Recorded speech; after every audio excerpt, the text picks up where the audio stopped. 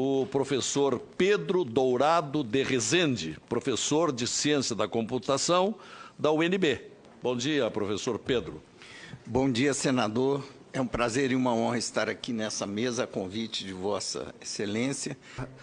Apresentar um pequeno contraditório técnico a respeito do que foi dito aqui na abertura. Em relação ao BU, é um instrumento que serve para auditoria de uma etapa apenas do processo de votação, que é o de totalização, onde os BUs que vêm das urnas eletrônicas são somados.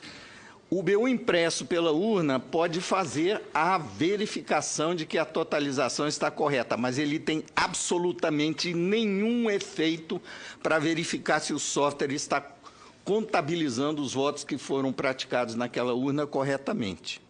Para isso, a auditoria eletrônica é um jogo de gato e rato que quem entra para fiscalizar já sabe que o jogo está perdido, porque o software que vai na urna para fazer trapaça, ele sabe como verificar se ele está sendo fiscalizado ou se ele está ali numa eleição verdadeira, e ele, em podendo alterar a soma dos votos computados naquela urna, ele vai apagar o rastro do processo. Em relação à votação paralela como teste de segurança, a partir do momento que foi introduzida a identificação biométrica, senador, ele se tornou absolutamente inócuo para esse propósito. Por quê? Uma vez o senhor já percebeu como é que os batedores de carteira operam? Eles só vão meter a mão na carteira quando o dono da carteira não está prestando atenção. Então, ele tem que observar a vítima para ver se ela está atenta ao que ele está fazendo. Se ela não estiver atenta, é quando ele vai agir. Um software que é inserido na urna por vários meios possíveis, que meus colegas vão poder explicar quais são em seguida, vai primeiro testar, verificar se ele está sendo observado num teste ou se ele está numa eleição verdadeira. E só vai fazer o que ele foi preparado para fazer de trapaça se ele perceber que não está sendo testado. Ora, com a identificação biométrica, o teste de votação paralela tem que simular eleitores de uma sessão eleitoral verdadeira no dia da eleição. Portanto, nenhum dos que vão pressionar o botão para inserir votos no teste vão ser identificados corretamente pela biometria. Neste caso, a urna que tem identificação biométrica vai dar 100% de falha de identificação biométrica durante o teste. É claro que uma linha de programa apenas é suficiente para detectar que o software trapaceiro está sendo submetido a um teste nesse momento e ele vai ficar quietinho, não vai fazer a trapaça. Entender isso como um teste de segurança é tentar enganar o eleitor que tem alguma capacidade de raciocínio. E isso é uma afronta do ponto de vista técnico, continuar insistindo que o teste de votação paralela continua sendo um mecanismo de auditoria. Continuando, estamos aqui para... Minha função, basicamente, é relatar o que houve em relação ao processo de cumprir a lei que exige o voto impresso como um mecanismo de verificação pelo eleitor de como o seu voto pode ser contabilizado.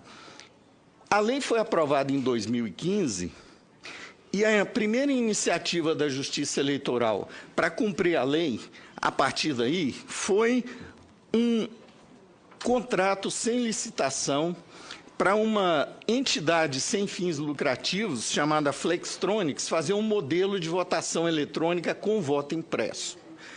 Um contrato de 7 milhões de reais que foi cumprido à risca pela empresa ou pela entidade e que produziu 30 protótipos de uma urna que imprimiria votos. Mas ao preço de R$ 3.700 cada nova urna, um desperdício totalmente desnecessário, que só faria sentido se a impressora fosse fazer parte do sistema de votação como um dispositivo desacoplado da urna, que teria que ser integrada ao sistema de votação por um mecanismo de comunicação que podia ser interceptado por eleitores. Ao passo que, em 2002, quando a lei precisou ser cumprida, a solução mais óbvia e simples foi a de acoplar a urna fisicamente à impressora, conectando fisicamente de forma elétrica a impressora, a urna, para que não fosse necessário replicar todo o sistema de contabilidade de votos e de proteção eletrônica que a urna já tem para essa impressora. Tanto é que a urna atual, sem impressão do voto, já tem uma impressora que faz parte da urna, que imprime o BU. Todas elas têm. Então, o sistema de software da urna já está preparado para dialogar com uma impressora. Não é necessário contratar uma empresa para desenvolver toda uma replicação do sistema da urna a pretexto de precisar imprimir o voto. E foi essa solução que foi encomendada em 2017. Quando foi entregue o protótipo, o 2016, está me corrigindo aqui o doutor Amilcar, quando foi entregue os protótipos, houve uma audiência na Câmara, se não me engano, né, em que foi levantada a questão que, em 2009, quando a Lei Vigia, que exigia o voto impresso, foram contratadas a compra de 150 mil urnas que não previam a inclusão da impressora do voto. O TSE foi questionado por que ele não estava cumprindo a lei que exigia impressão do voto na compra de 150 mil urnas, e a resposta que o TSE deu através de um comunicado oficial, comunicado 10, número 10 daquele ano, era de que a urna vinha já... o modelo que estava sendo licitado já vinha configurada para receber um módulo de impressão de votos acoplável a ela, em que, portanto, quando fosse o caso, seria compradas as impressoras como um dispositivo adicional que seria acoplado à urna. Bem, então, quando isso foi trazido à tona agora em 2017, o TSE simplesmente ignorou que já tinha gasto 7 milhões com um modelo caríssimo, desnecessário, e fez um edital que foi uma verdadeira afronta à soberania nacional, porque um edital praticamente dirigido, porque fazia exigências desnecessárias para fornecimento de venda casada de material de papel, inclusive, com características desnecessárias de durabilidade, etc., e que foram, de certa forma, direcionadas para que nenhuma empresa que fabrica simplesmente impressoras pudesse ganhar essa licitação. O senhor permita, como o senhor está entrando de rijo na questão fundamental dessa audiência pública, que é a parte técnica. Sim. Então, permita que eu lhe interrompa e faça uma ou duas perguntas. O senhor está dizendo que 150 mil urnas já estão preparadas para impressão, já estão acopladas a impressoras? Caso a informação fornecida pelo TSE na ocasião seja verdadeira. Bom, quantas urnas o Brasil tem? Eu vi outro dia escrito num jornal que seriam 600 mil urnas. Ali. O doutor Amilcar é a nossa enciclopédia ambulante do Comitê Multidisciplinar Independente. Em relação a números e datas, ele é a nossa fonte principal. Então, quantas urnas, professor Amilcar? Atualmente tem em torno de 600 mil urnas. 600 mil urnas. Então, vamos ficar com esse modelo que o professor Pedro Rezende citou, que é o modelo de 2009, foi primeiramente comprado a 150 mil, mas depois foi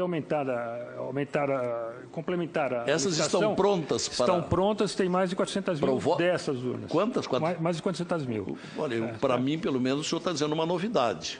Então, já há 400 mil urnas prontas, aptas ao voto impresso? A receber o módulo impressor externo, sim. Não teria que haver maior gasto com elas? Não, senhor. Não teria que haver, principalmente, desenvolvimento de software por terceiros para poder fazer uma impressora de votos funcionar com esse sistema de votação. E o senhor acha que o gasto seria muito grande ao preparar esse novo software?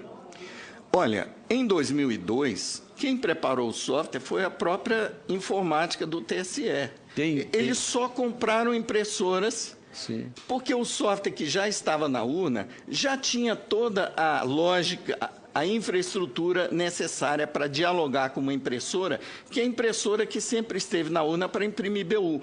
Só precisava duplicar aquela forma de interagir com o dispositivo para agora falar o sistema com uma segunda impressora que imprimiria cada voto. O senhor diria, então, que essa versão corrente de que o tribunal teria que gastar em torno de R$2 bilhões para habilitar o voto impresso, isso não procede? Isso é uma posição de má vontade que encontrou uma forma de inviabilizar o cumprimento da lei, primeiro com um argumento de falta de orçamento. Por uma iniciativa do pessoal que está aqui assistindo, da sociedade civil, foi feito um aporte de emergência no orçamento desse ano para suprir o TSE de 250 milhões de reais adicionais para ele poder fazer. 250 milhões Sim. Mataria a questão? 250 milhões foram incluídos no orçamento de emergência para contrapor o argumento de que o TSE não tinha verba para gastar tanto dinheiro para botar impressora em tantas urnas. O que aconteceu depois, no edital seguinte desse ano, foi um contrato de 62 milhões, que não gastou nem um terço do orçamento que estava disponível. Perfeito. E que estava, digamos, cheio de especificações desnecessárias para cumprir a função que é imprimir votos. Bom, eu não sei se meu tempo já... O senhor cumpriu o prazo até aqui, mas o senhor será convidado, interpelado seguramente mais adiante sobre o tema. Ok. Por enquanto, obrigado por sua participação. Pela ordem. Presidente. Senador Capiberibe. Eu queria... Agradecemos a sua presença, bem como da senadora Simone Tebet. Professor Pedro, eu estou deduzindo pelas suas palavras e pelo histórico que eu conheço, não é, dessa luta para tornar mais confiável, digamos, não é, a votação, até porque nós já tivemos leis que introduziam o voto impresso, essas leis foram contestadas, não é, e agora, de novo, há uma resistência, o TSE não quer imprimir o voto, é isso? Senador, infelizmente, eu acho que é muito pior que isso.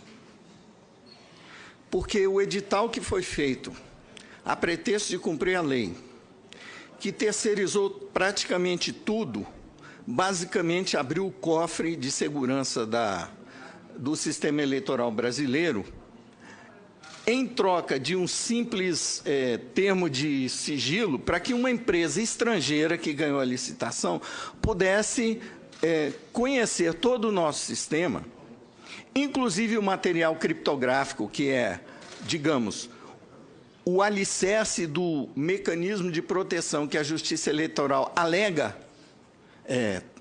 ter construído no seu sistema, para que essa empresa possa desenvolver um sistema de votação de impressão do voto integrado ao sistema que existe hoje para as urnas eletrônicas. Sendo que não haveria nenhuma necessidade de entregar o código do sistema eleitoral para uma empresa que tem como responsáveis 3 venezuelanos e um português, que não tem nenhum compromisso com a legislação brasileira, inclusive de cumprir o tal termo de sigilo sobre o conteúdo do material dos sistemas que eles receberiam a pretexto de desenvolver o voto impresso.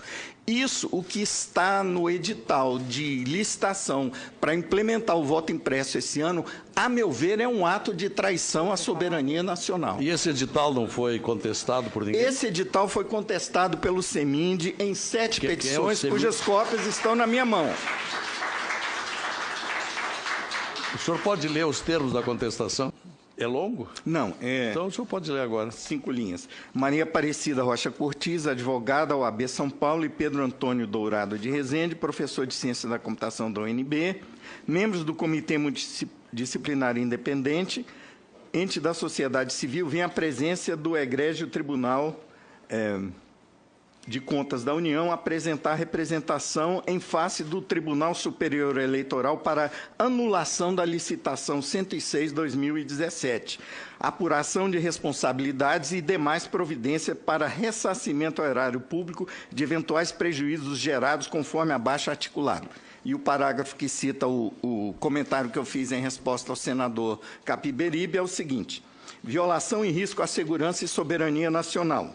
Item 4. Certo é, e consta de forma expressa do edital, que haverá compartilhamento de informações confidenciais sensíveis à segurança do processo de votação entre a empresa estrangeira e o TSE para fins de desenvolvimento desnecessariamente terceirizado da interface entre os equipamentos de votação e os da impressão de votos. A segurança do processo de votação em face de tal aberração contratual, na visão inexplicavelmente ingênua do TSE, estaria garantida pelo mero e simples compromisso dos responsáveis envolvidos, firmado através de um termo de sigilo. Esse termo de sigilo teria o efeito de vincular às leis brasileiras os seus signatários, mas, neste caso, quem vai administrar o consórcio das empresas vencedoras da licitação são 3 cidadãos venezuelanos e um português, que não estão submetidos in totum à legislação nacional. Tem cada qual seu território de domicílio e nacionalidade distintos do nosso, o que, em sendo a intenção, os garante, por princípios jurisdicionais, imunidade em face a tal compromisso, a despeito de qualquer legislação que lhes seja extraterritorial.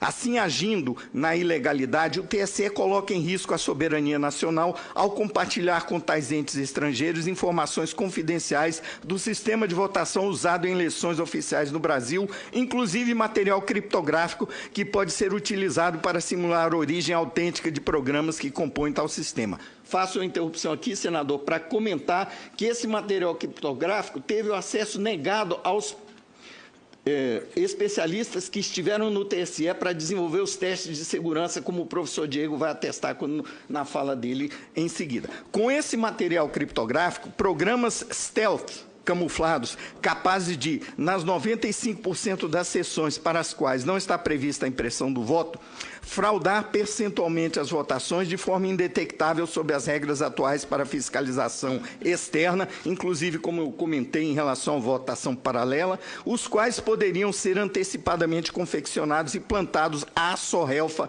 para inserção por terceiros, inclusive desavisados do risco, como se fossem programas legítimos, pois passarão como tal perante os dispositivos internos de autenticação ao longo de qualquer dos pontos intermediários da cadeia de custódia dos componentes do referido sistema, com efeito nefasto de contaminá-lo para fins inconfessáveis, com agravante no fato de os entes contratados para custodiar esse material criptográfico não terem vínculo ou obrigação com o Estado de Direito Nacional, o que compromete o cerne da nossa atual democracia. Quando tentamos, com esse argumento, impugnar a licitação, o argumento do TSE, o senhor não vai acreditar, os senhores não vão acreditar. Para nós do CEMIND, do Comitê Multidisciplinar Independente, está no edital, mas não vai ser feito, nós não vamos entregar. Então, por que está no edital?